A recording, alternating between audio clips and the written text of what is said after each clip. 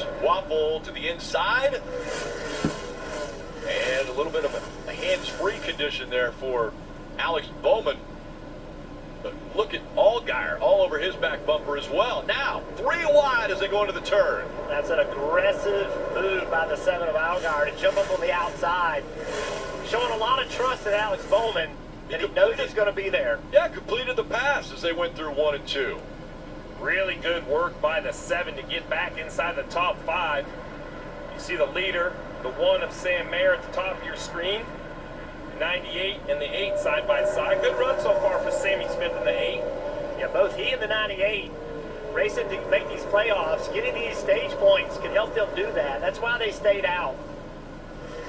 And Sam Mayer, although he's won race, trying to win another stage to build those playoff points. Pit road closed, 2 laps to go. Coming up on 1 to go in stage 1. Sammy Smith in front of Riley Herbst. Allmendinger there in the 16. Look at Justin in that 7 car, still trying the outside. Final lap. And Sam Mayer out in front has a 1-second lead over Sammy Smith. As this fight continues between the 8, 98, 16, and 7. But no challenge to win the stage, and it's the first stage win this year for Sam Mayer.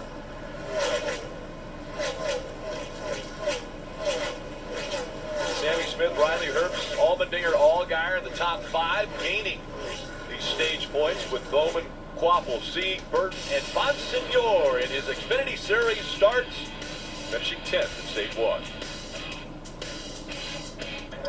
A lot of cars did decide to stay out. A couple no-tire stops for Allgaier and Retzlaff. Retzlaff gaining 17 positions by doing that. Allgaier, what's going on here? You see, he comes down pit road, and they're underneath the car, looking at something. I don't know if they're having a mechanical issue, but didn't he put fuel in the car? So we'll find out what took place there for Justin Allgaier as we get back to racing from New Hampshire. With the price 200 back up through the gears, Justin Bonsignor on the restart is on the outside, Christopher Bell on the inside. Stack up behind him.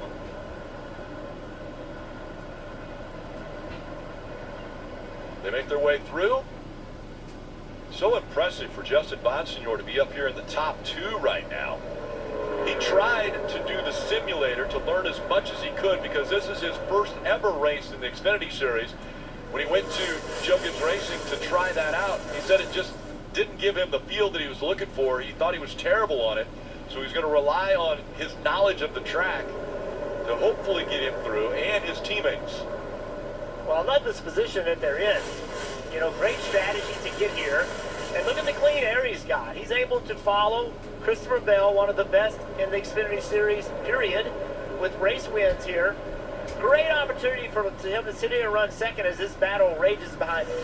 Yeah, 3 wide right here at point time of that 26. Brandon Jones in the 9. Talk about just how good Junkins Racing is, and then here they are, 1, 2, 3 at this race. With a driver making his first ever Xfinity Series start in second. But here he is, passing the 5 of Alfredo. That'll be for the 10th position. Makes that pass, and right behind him, Jesse Love in the 2 is going to stay on that same line. Right along looking back to the Xfinity Mobile onboard of Parker Kligerman. Yeah, he also is a rebound. We saw him turn around the middle of the racetrack a little bit ago. Corey Heim to the outside of Custer. We'll see if that outside line works as well for Heim as it did for Allgaier earlier. Chandler Smith trying the same thing in the 81.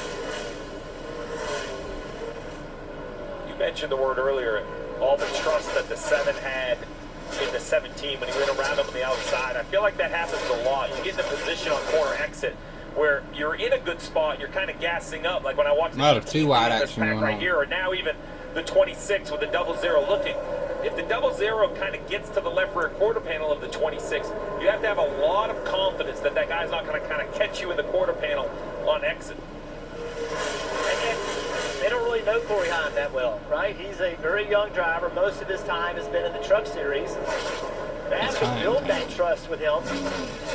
He keeps running the way he's running, though. You're not going to have a choice. Yeah, 21 years old. He's looking very impressive. That's either Jeff Earhart's behind the car. wheel of this 26.